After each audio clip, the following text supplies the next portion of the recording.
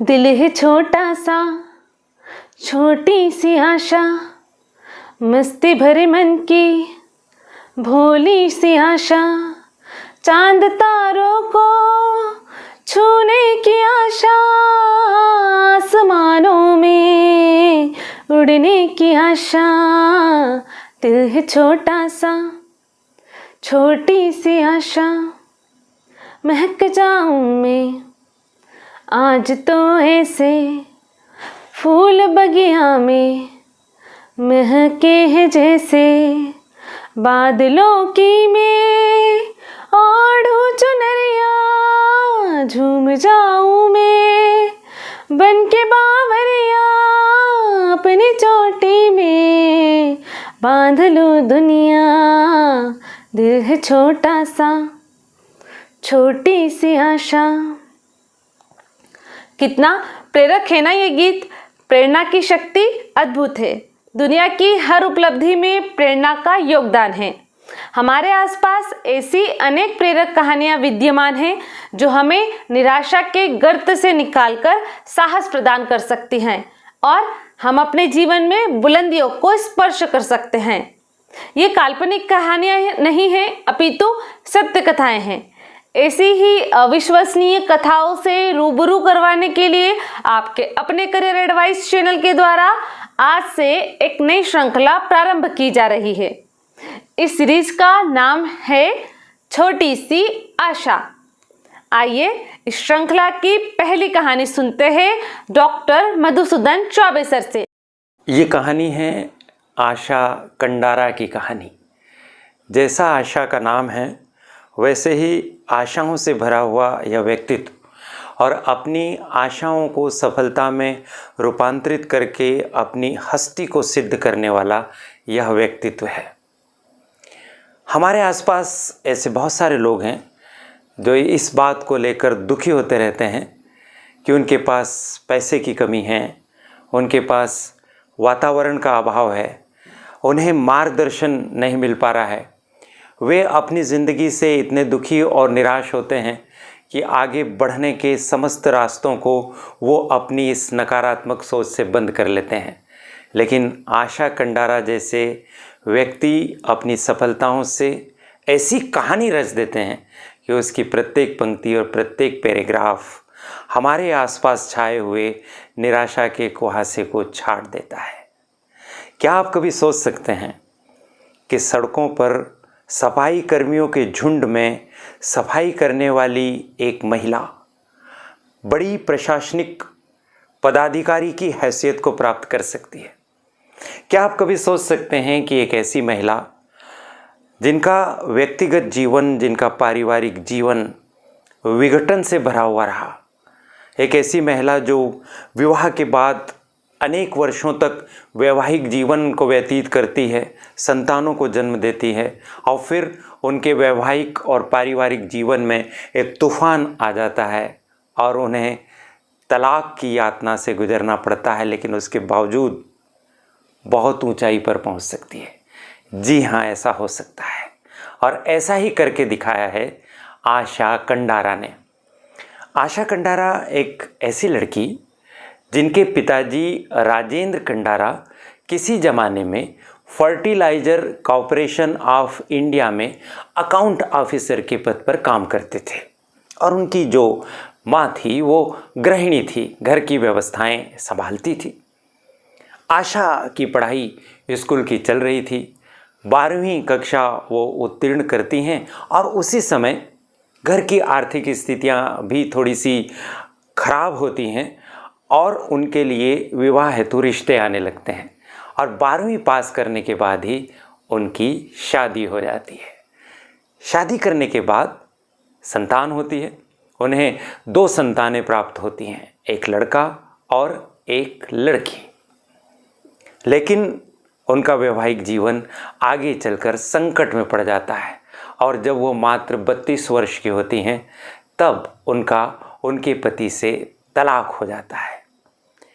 तलाक होने के पश्चात वो उन दोनों बच्चों के पालन पोषण की जिम्मेदारी खुद संभालती है। अब परिवार आर्थिक कठिनाइयों से और ज़्यादा जूझने लगता है। आशा सोचती है कि मैं और मेरे दोनों बच्चे भी माता पिता के साथ रह रहे हैं, ऐसे में मैं बोझ बनने के स्थान पर कुछ पैसा अर्जित करूं और कुछ काम करूं।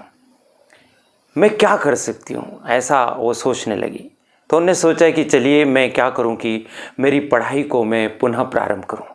12वीं तक जो उन्होंने पढ़ाई की थी, उसके बाद वो वापस से कॉलेज की अपनी पढ़ाई प्रारंभ करती है।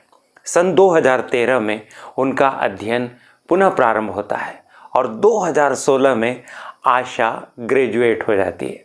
और जब आशा ग्रेजुएट हो जाती है तो वो सोचती है कि अब मुझे नौकरी कैसे मिले। अब नौकरी प्राप्त करने के लिए प्रतियोगी परीक्षाएं देनी होंगी। तो परीक्षाओं की तैयारी का सिलसिला प्रारंभ करती है। तो हमारे आसपास जो लोग होते हैं ना, वो हमें बहुत सपोर्ट करेंगे, इसकी उम्मीदें बहुत कम होती हैं। हो सकता है कि आप भाग्यशाली हों और आपके आसपास अच्छे लोग हों। आशा को भी लोग ताने मारने लगे, अच्छा खूब पढ़ लिख रही है, परीक्षा देगी, क्या कलेक्टर बनेगी। आशा ने एक जगह बताया है कि वो जानती ही नहीं थी कि कलेक्टर क्या होता है। फिर वो कलेक्टर के बारे में सर्च करती है और उसे पता चलता है कि कलेक्टर बनने के लिए यूपीएससी की एग्ज़ाम देनी होती है और इस तरह से कलेक्टर बनते हैं। उनके मन में ये बात आ जाती है कि मुझे कलेक्टर बनना चाहिए। लेकिन कलेक्टर बनने के लिए जो यूपीएससी की परीक्षा देनी होती है, उसके लिए जो एज होती है, वो एज से जब वो आगे बढ़ जाती हैं तो वो सोचती हैं कि अब यूपीएससी तो नहीं मैं दे सकती हूँ, लेकिन मैं राजस्थान की प्रशासनिक सेवा परीक्षा दे सकती हूँ, जिसको RAS कहते हैं, यानी राजस्थान एडमिनिस्ट्रेटिव सर्विसेज। और वे राजस्थान एडमिनिस्ट्रेटिव सर्विस की तैयारी करने का फैसला करती है और उसकी तैयारी करना शुरू करती है। इसी बीच पैसों की दिक्कतें और बढ़ जाती हैं। तब वो क्या करती है कि जोधपुर में जो स्थानीय संस्था है, जैसे नगर पालिका, नगर निगम आदि होते हैं, तो वहाँ पर सफाई कर्मी के पद की वैकेंसी निकलती है और आशा भी उसके लिए आवेदन कर देती है उस पद के लिए। और इस बीच में वो RAS की तैयारी भी प्रारंभ करती है। RAS की प्रारंभिक परीक्षा भी वो उत्तीर्ण हो जाती है और इसी बीच में सफाई कर्मी के तौर पर भी उसकी नियुक्ति हो जाती है। और जब उसकी सफाई कर्मी के तौर पर नियुक्ति हो जाती है तो वह सफाई कर्मियों के साथ रोज़ सुबह उठकर सड़कों पर झाड़ू लेकर सफाई करने का काम प्रारंभ करती है। जोधपुर के नगर निगम में वह काम करना शुरू करती है। अब आप कल्पना कीजिए कि एक लड़की जो RAS की तैयारी भी कर रही है और घर की व्यवस्था, अपने 2 बच्चों के पालन पोषण के लिए झाड़ू लगाने का काम भी करती है। आपने भी अपने गांव, शहर, कस्बे में इस तरह से नगर पालिका या नगर निगम के सफाई कर्मियों को देखा होगा, जो कितनी मेहनत करते हैं, सड़कों को साफ़ करते हैं, गलियों को साफ़ करते हैं, कचरा उठाते हैं। कितना थका देने वाला वो काम होता है। आशा भी ऐसा बताती है कि वो सुबह बहुत जल्दी, लगभग 6 बजे के आसपास निकलती और साफ सफाई करती और साथ में RAS की तैयारी भी कर रही। आशा के पास एक स्कूटी भी है और आशा उस स्कूटी में अपने साथ पढ़ने की किताबें भी रखती थी, सफाई करने के लिए जाती थी और जब भी उसको समय मिलता था तो वो वहाँ पर भी उन किताबों को पढ़ने की कोशिश करती थी। काम करने के पश्चात वो घर लौटती थी और घर लौटने के बाद फिर से वो पढ़ाई करती थी। थकान और इसके बावजूद भी चूँकि आशा के सामने अपनी एक मंजिल थी और उस मंजिल को प्राप्त करने का जुनून था, इस वजह से वो घर पर आकर पढ़ना अपना वो जारी रखती थी। प्रारंभिक परीक्षा पास हो गई, RAS की मुख्य परीक्षा पास हो गई और इंटरव्यू का समय आ गया। आशा बताती है कि वो बहुत कम सोती थी और अपने अधिकांश समय का पढ़ाई में ही वो उपयोग करती थी। दिन भर नगर निगम का काम करने के बाद भी वह हर वक्त कुछ न कुछ ऐसा समय निकाल लेती थी जिसमें वो तैयारी करती रहती थी। आखिर मेहनत, जुनून, जज्बा और लक्ष्य प्रति निष्ठा, समर्पण, ये सब सुनहरे रंग लेकर आए और जब इंटरव्यू का रिज़ल्ट आया तो आशा की RAS में 728वीं रैंक आई और मात्र अपने पहले ही प्रयास में आशा ने राजस्थान राज्य की सबसे प्रतिष्ठित प्रशासनिक सेवा परीक्षा को पास कर लिया और वो अधिकारी बनने के लिए चयनित हो गई। इस तरह से आशा ने यह बताया है कि अगर हम जीवन में कभी आशा न छोड़ें, विपरीत और प्रतिकूल परिस्थितियों में अगर हम अपने को टूटने से बचा सकें तो हम अपनी ज़िंदगी को नए अर्थ दे सकते हैं। आशा जब आरएएस में सिलेक्ट हुई यानी 2021 में, अभी जुलाई में ही रिज़ल्ट आया, तब आशा की उम्र हो चुकी थी 40 वर्ष।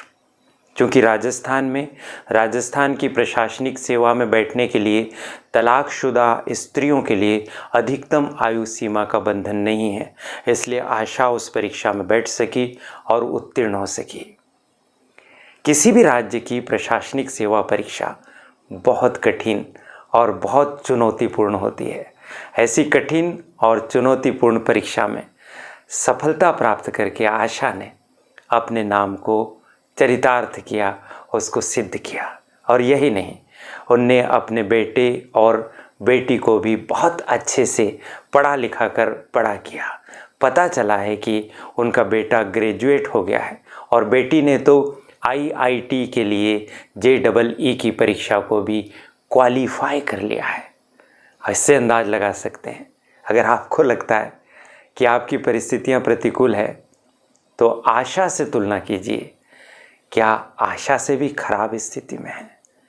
यदि आपको लगता है कि नहीं, आशा तो मुझसे भी ज़्यादा खराब स्थिति में थी और उसके बावजूद भी आशा ने एक नया कीर्तिमान रचा है, तो फिर आप भी उठ जाइए, आप भी जुट जाइए।